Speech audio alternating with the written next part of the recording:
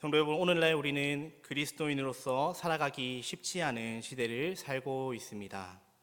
물론 우리가 초대교회 신자들과 비교했을 때 그들이 당했던 육체적인 박해들, 곧 예수님을 믿음으로 감옥에 가거나 채찍에 맞거나 심지어 순교당하는 일들을 저희는 겪고 있지는 않습니다. 하지만 예수님을 믿음으로 당하는 박해들을 우리도 여러 가지 다양한 방식으로 겪고 있는 줄 압니다.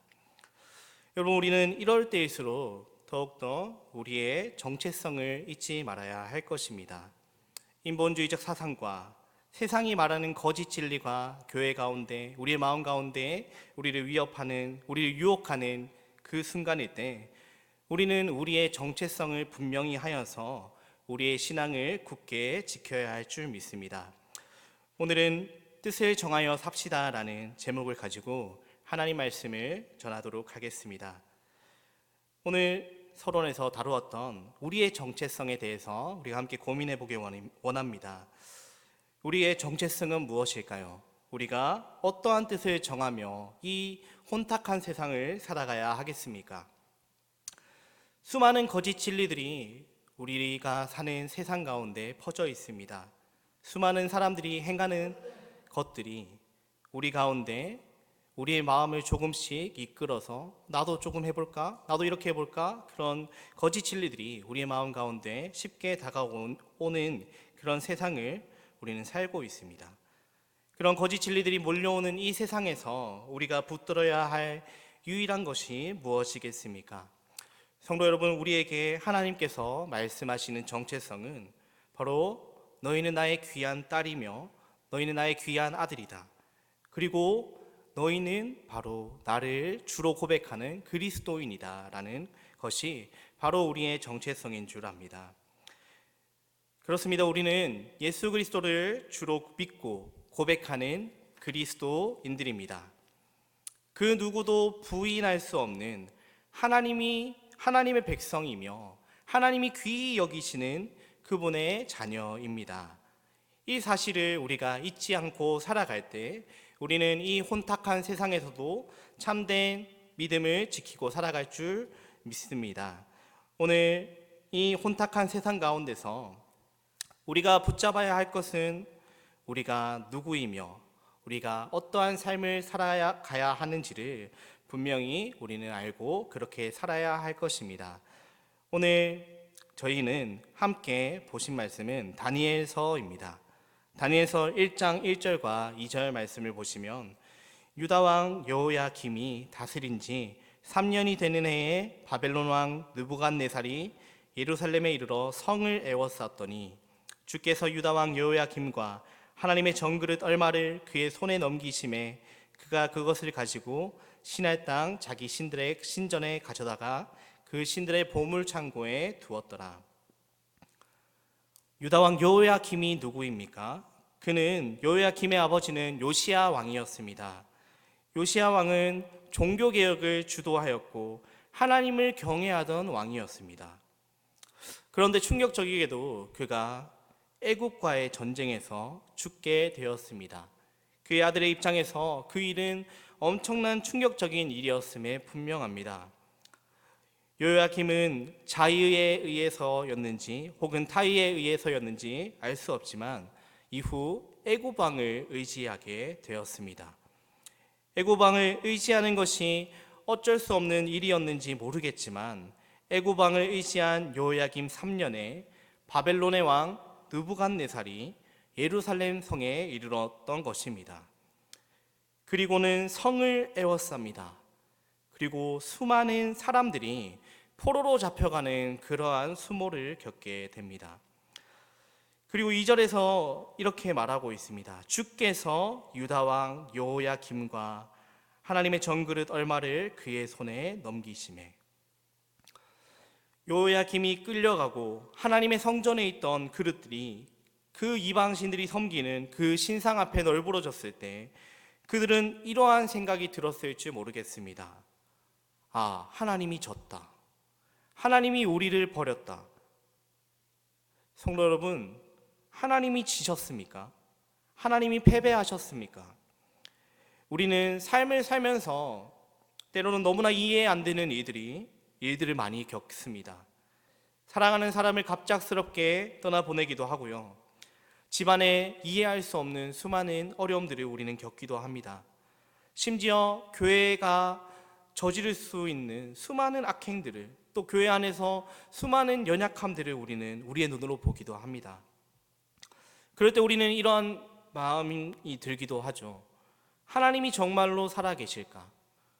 하나님께서 우리의 인생을 살피시고 우리의 삶을 인도하신다고 하셨는데 정말로 하나님이 나의 인생을 살피시고 나의 길을 인도하시고 계신가 하는 의구심을 가지기 마련입니다.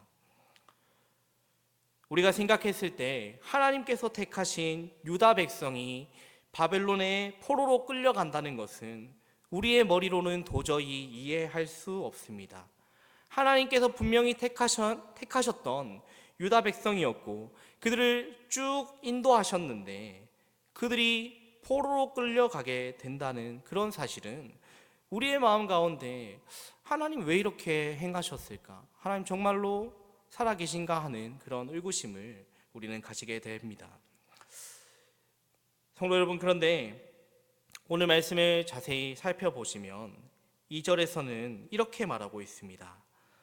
주께서 누구를 넘기심에, 하나님께서 바벨론의 그 왕보다 능력이 부족하셔서 패배하신 것이 아니라 하나님이 바벨론의 왕보다 그 어떤 능력과 힘이 부족하여서 패배하신 것이 아니라 그들의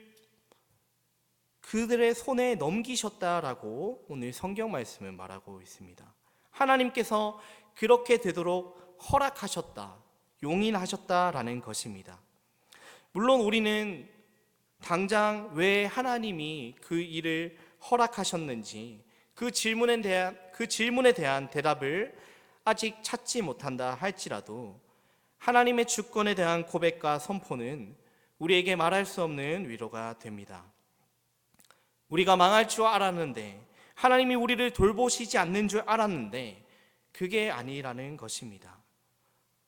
우리는 이해할 수 없는 이들을 겪을 때 지금 내가 겪고 있는 어려움들 속에서 하나님이 나의 삶을 돌보시긴 하시는가, 하나님이 정말 살아계시는가 하는 의구심들을 마음 가운데 가집니다.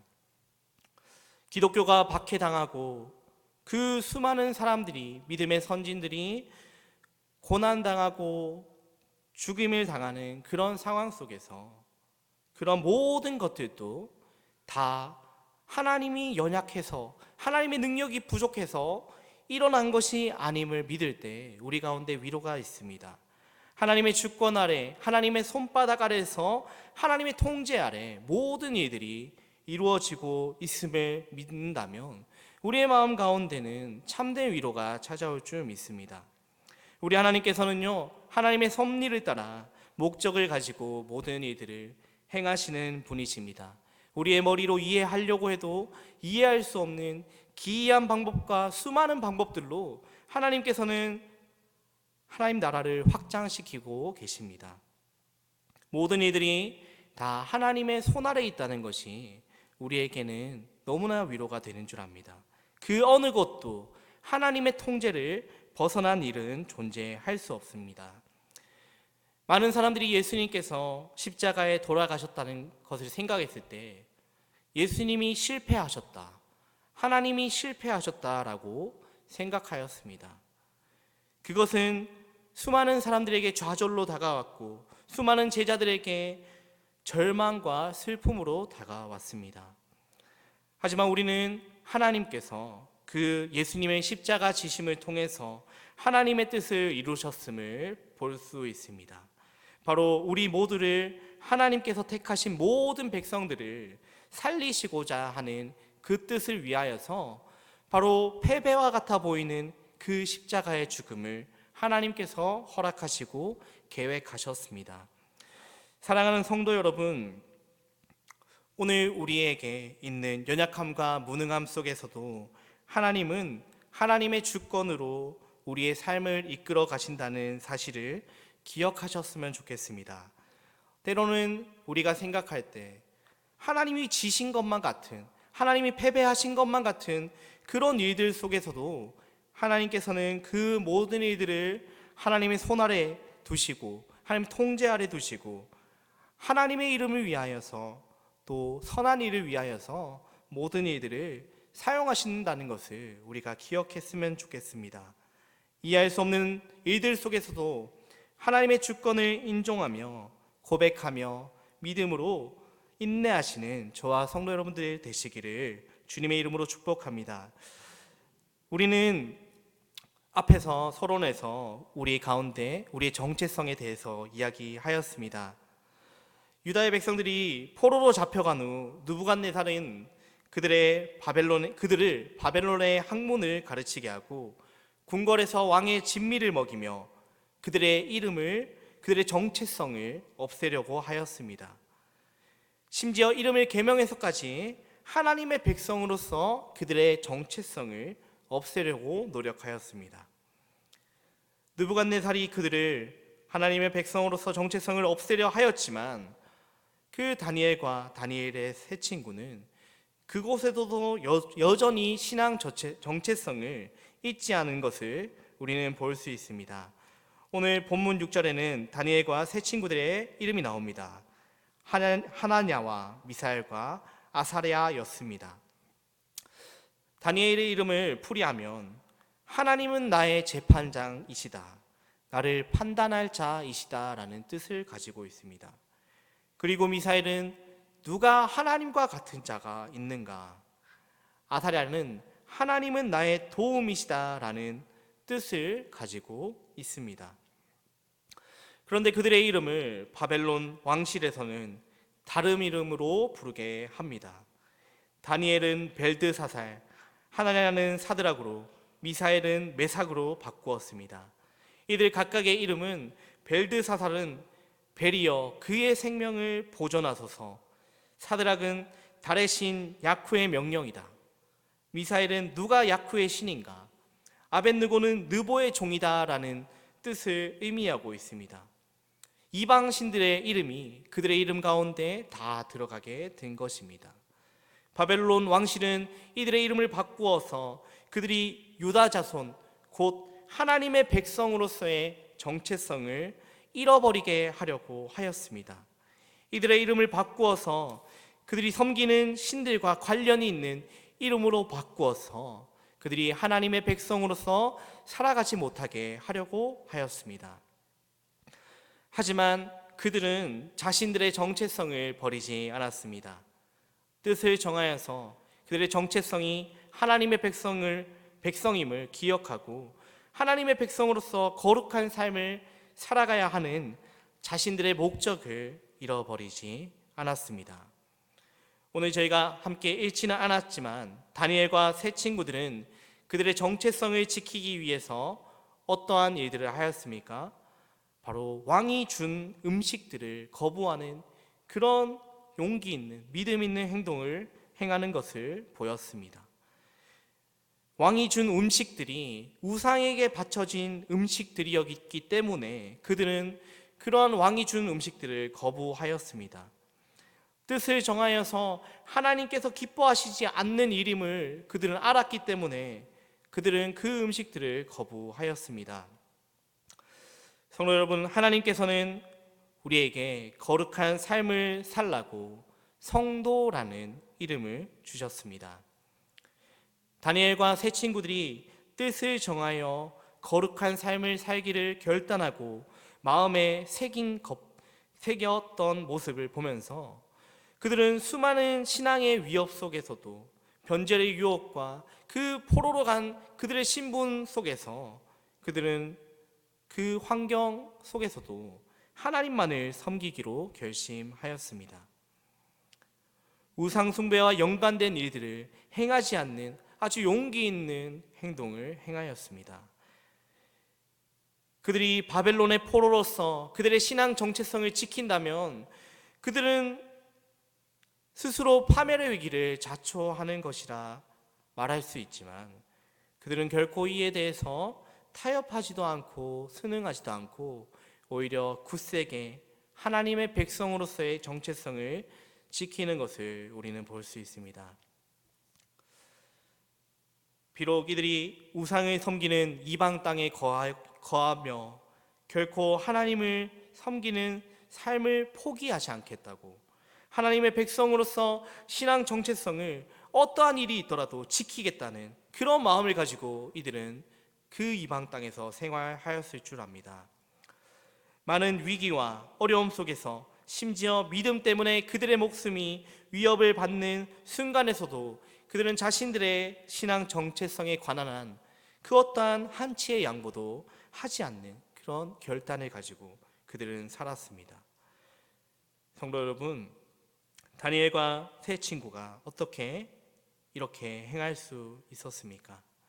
그들은 자신의 마음속에서 자신들이 하나님의 백성이라는, 오직 거룩하신 하나님을 섬기는 백성임을 잊지 않았습니다. 그들이 어디에 있는 그 자리가 중요하지 않았습니다. 그들이 자신의 고향에 있든 그들이 바벨론의 포로로 있든 그들의 마음의 정체성은 변하지 않았습니다. 늘 마음에 새기며 하나님을 섬기는 백성임을 잊지 않았습니다. 오늘 우리가 새겨야 할, 우리 마음 가운데 새겨야 할 이름이 무엇입니까? 바로 성도입니다. 그리고 그리스도인입니다. 거룩한 삶을 살아가는 자, 그리스도를 위해 살아가는 자, 이 정체성을 우리가 잊지 않고 살아갔으면 좋겠습니다. 신앙생활 하는 순간 가운데도 우리에게 참 많은 유혹의 순간들이 찾아옵니다.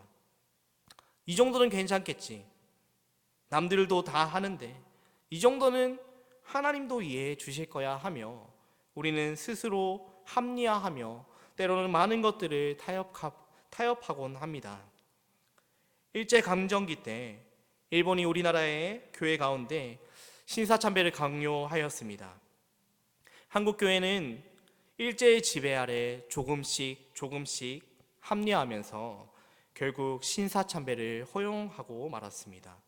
물론 처음 대다수의 교회와 많은 사람들이 신사참배는 하나님의 계명인 10계명, 1계명을 어기는 것이고 하나님께 죄를 짓는 것이라 말하며 거부하였지만 일제의 탄압으로 인하여서 그들이 경제적으로 혹은 정치적으로 혹은 생명의 위협을 받게 되자 그들은 조금씩 이건 하나님의 이름을, 하나님의 계명을 어기는 것이 아니다 하며 마음 가운데 조금씩 타협하게 된 것이죠.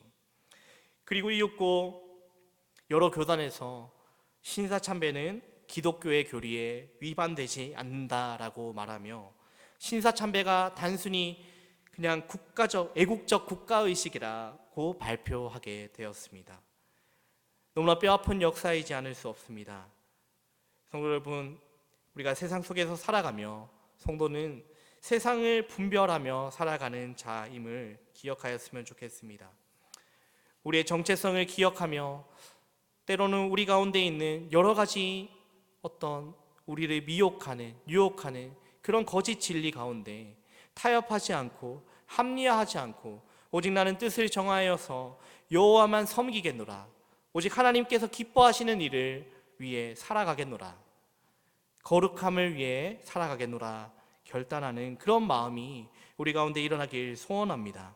수많은 사람들이 행한다고 하여서 괜찮다, 따라간다, 합리화하는 것이 아니라 성도로서 신앙의 순수성을 지키며 하나님이 기뻐하시는 뜻을 따라 살아가는 저와 성도님들 되시기를 주님의 이름으로 축복합니다. 기도하겠습니다. 사랑이 풍성하신 아버지 하나님, 오늘 말씀을 통하여 모든 역사의 주권이 하나님의 손에 있음을 알았습니다. 우리의 삶에서 모든 순간 하나님의 주권을 인정하며 우리의 삶을 인도하시는 하나님을 신뢰하며 하나님께서 행하실 일들을 바라보며 살아갈 수 있도록 도와주시옵소서. 이해되지 않는 상황 속에서도 하나님의 주권을 의심치 않게 하시고 믿음으로 인내할 수 있는 힘을 더하여 주시옵소서. 살아계신 주님, 날마다 우리의 정체성을 잊지 않기 원합니다. 우리가 그리스도를 위해 사는 자, 거룩한 삶을 살아가는 자임을 잊지 않게 도와주시옵소서. 혼탁한 세상 속에서 뜻을 정하여 하나님만을 따를 수 있도록 도와주시옵소서. 이 어두운 세상 속에서 하나님의 진리의 말씀을 붙들고 하나님만을 섬기며 오직 하나님만을 영화롭게 하는 자들이 될 수 있도록 도와주시옵소서. 이 모든 말씀 살아계신 예수님 이름으로 기도드렸습니다. 아멘.